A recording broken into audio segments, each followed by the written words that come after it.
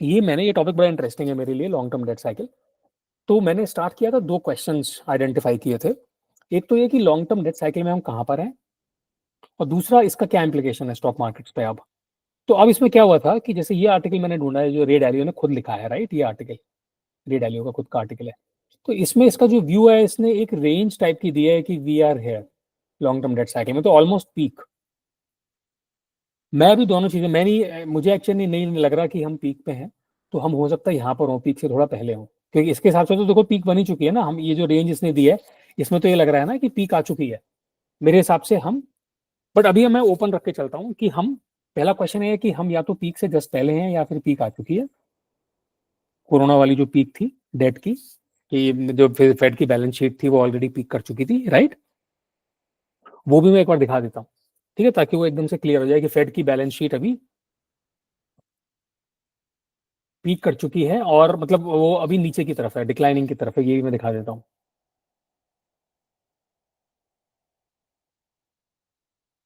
ये मेरे ख्याल से सही रहेगा, फेड की balance sheet already 2022,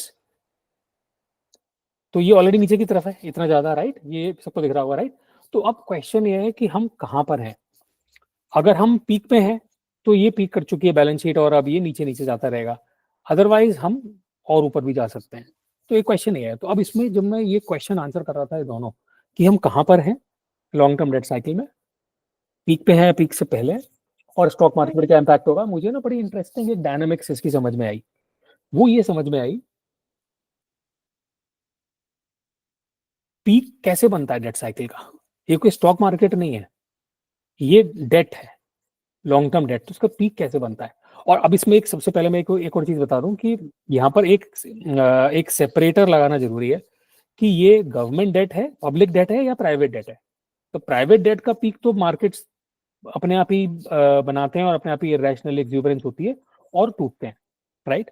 but government का पीक कैसे बनता है, ये आराम से समझा जा सकता है, क्योंकि इसमें लॉजिक है कि गवर्नमेंट, लॉजिक क्या है, गवर्नमेंट तब ही डीलेवरेज करेगी। पीक का मतलब क्या है कि डीलेवरेजिंग चालू हो जाए। तो गवर्नमेंट तब डीलेवरेज करना चालू करेगी जब वो कर पाएगी। तो पीक, की मेरा अपना फंडा है, peak is determined by the ability of the government to deleverage. वो एबिलिटी कैसे आती है गवर्नमेंट के पास और कब आती है। तो सबसे पहले मैं बताता हूँ कि डीलेवरेजिंग के लिए चाहिए क्या होता है, लेवर क्या होता है। डीलेवरेजिंग का लेवर है इन्फ्लेशन। ये एक इंसाइट मुझे लिन एल्डन से समझ में आई कि गवर्नमेंट, स्पेशली गवर्नमेंट डेट के केस में है, पब्लिक डेट के केस में है, प्राइवेट डेट के केस में नहीं है। और ये री डैलियो ने पहले बताया था, फिर लिन एल्डन ने इसके ऊपर बिल्ड किया कि डीलेवरेजिंग करने का लेवर है इन्फ्लेशन। जब सरकार के पास डेट होती है तो सरकार इन्फ्लेशन क्रिएट करती है, और इन्फ्लेशन क्रिएट करके उसका जीडीपी बहुत ज्यादा बढ़ता है, क्योंकि वो इन्फ्लेशन है, नॉमिनल जीडीपी बढ़ जाएगा। लेकिन उसकी जो डेट थी, जो फिक्स रेट ली गई थी, वो तो नहीं बढ़ेगी ना, क्योंकि वो तो फिक्स हो चुकी है। आपने अगर 30 ट्रिलियन की डेट ले रखी है तो वो तो फिक्स्ड है ना नॉमिनल अमाउंट में। आपका जीडीपी अभी, जैसे यूएस का जीडीपी अगर 30 ट्रिलियन है, और यूएस का जीडीपी कल को 50 ट्रिलियन हो गया nominal because of the inflation, तो एकदम से इंप्रूव हो गया ना आपका डेट टू जीडीपी रेशो। तो गवर्नमेंट को डीलेवरेजिंग के लिए लेवर है इन्फ्लेशन। अब मस्त चीज आती है निकल के कि इन्फ्लेशन गवर्नमेंट कब क्रिएट कर पाएगी। गवर्नमेंट को इन्फ्लेशन कॉज करना पड़ेगा by easy money, quantitative easing, whatever, basically by monetary policy only inflation create करना पड़ेगा।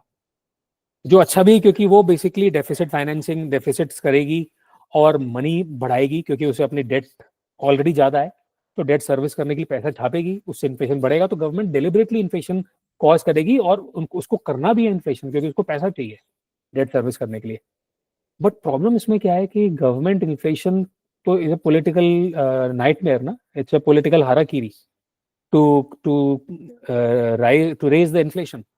तो इसमें क्वेश्चन ये आता है कि गवर्नमेंट के पास इन्फ्लेशन रेज करने की एबिलिटी कब आएगी, और वही चीज डिसाइड करेगी कि डीलेवरेजिंग चालू हो गई in case of government debt और पब्लिक डेट। ये मेरे को फंडा निकल के आया है सारी डॉट्स जोड़ के। अब मैं इसमें चार्ट दिखाता हूँ कि हिस्टोरिकली डेट टू जीडीपी कब बढ़ा है। ये देख सकते हैं, civil war, world war one, world war 2, Covid. अब मजे की बात है कि इसमें जो तीन जो दिख रही हैं, ये वॉर वॉर वॉर। तो अब इससे इंसाइट मिलती है कि इसमें तो एक्चुअली वॉर में स्पेंडिंग भी ज्यादा होती है, इसलिए डेट भी बढ़ता है, डेट टू जीडीपी इसलिए बढ़ा।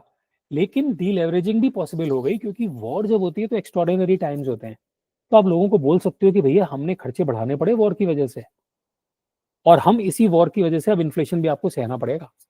तो वॉर में तो सरकार क्या क्या कर देती है। एक वॉर में तो वर्ल्ड वॉर 2 के आसपास तो सरकार ने पूरा मतलब डॉलर का पैक बदल दिया था, ब्रेटन वुड्स हो गया था, और गोल्ड की ओनरशिप मना कर दी थी। वॉर में तो कॉन्स्क्रिप्शन चालू हो गया था। तो वॉर में तो सरकार को लाइसेंस मिल जाता ना, एक इमरजेंसी है, नेशनल इमरजेंसी है, तो वो कुछ भी कर सकती है। फाइनेंशियल रिप्रेशन, कैपिटल कंट्रोल, पता नहीं क्या क्या चीजें चालू हो गई थी। तो गवर्नमेंट को ऐसा कुछ क्राइसिस चाहिए, तभी जा करके। तो ये तीनों क्राइसिस हैं, सिविल वॉर,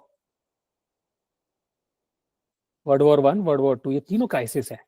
तो इन्हीं क्राइसिस की वजह से इन्फ्लेशन आया, सॉरी इन्हीं क्राइसिस की वजह से डेट टू जीडीपी बढ़ा, और इन्हीं क्राइसिस की वजह से सरकार को इजी हुआ इन्फ्लेशन बढ़ाना।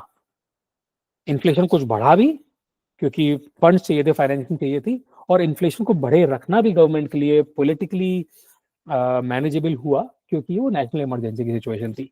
लेकिन अब हम आते हैं कोविड वाली पीक पे। अब यहाँ भी क्राइसिस की वजह से डेट बढ़ी, लेकिन अब प्रॉब्लम ये है कि इस क्राइसिस में इन्फ्लेशन पैलेटेबल नहीं है। लोग तो इन्फ्लेशन, अभी ये इमरजेंसी है, लेकिन ये नेशनल इमरजेंसी ऐसी नहीं है कि मतलब कि आप कुछ भी कर दो। ये तो उल्टे आपको लोगों को सपोर्ट करने वाली बात थी। तो यहाँ पर तो आपको पैसा फेंकना पड़ेगा लोगों को सपोर्ट करने के लिए, और इन्फ्लेशन से लोगों को और दिक्कत होगी। तो इस वजह से ये इमरजेंसी अभी नहीं आई है। तो इसमें जो पॉइंट है मेरा कि एक नेशनल इमरजेंसी, एक वॉर क्रिएट करनी पड़ेगी, मैन्युफैक्चर करनी पड़ेगी एक इस तरह का क्राइसिस, जियोपॉलिटिकल क्राइसिस। जब अगर वो क्राइसिस, और हमें लग भी रहा है जियोपॉलिटिक्स देख करके कि जिस तरह का चल रहा है, और जिस तरह के चाइना टेंशन, यूएस, और जिस तरह के रशिया यूक्रेन और दुनिया भर के क्राइसिस चल रही हैं मिडिल ईस्ट में, तो लग भी रहा है कि बड़ा जियोपॉलिटिकली टेंस एटमॉस्फेयर। तो ये हो सकता है कि एक मैन्युफैक्चर किया जाए।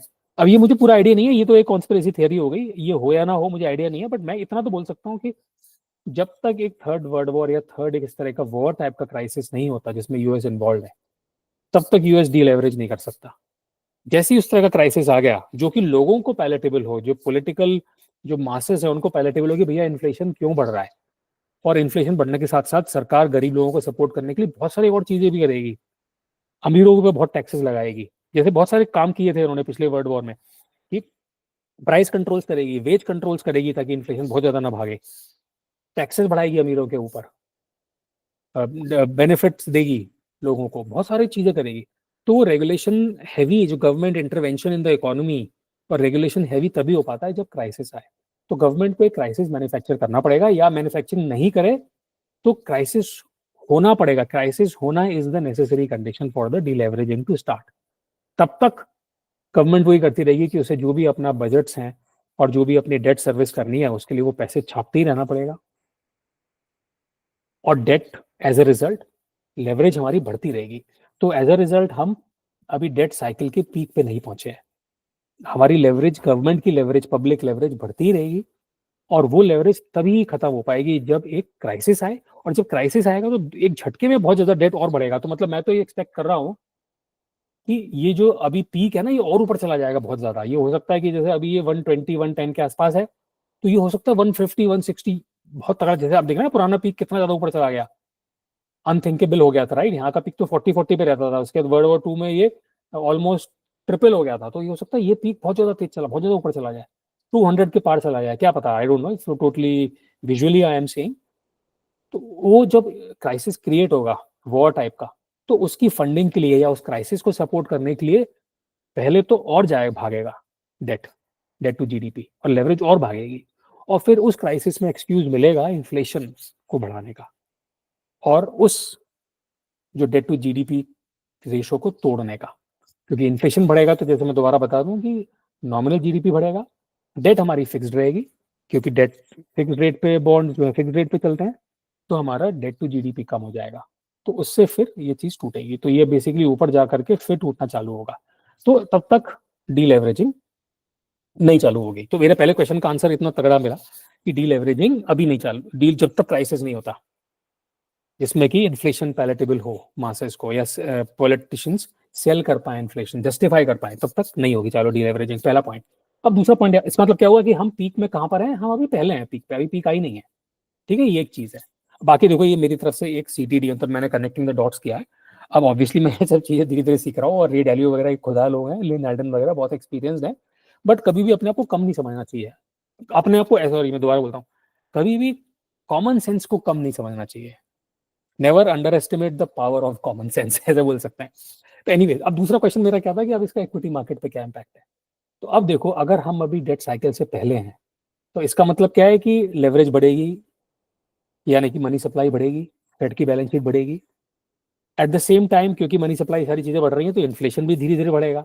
अभी उतना शूट अप नहीं करेगा जितना कि क्राइसिस के टाइम पे करेगा, लेकिन इन्फ्लेशन भी करेगा।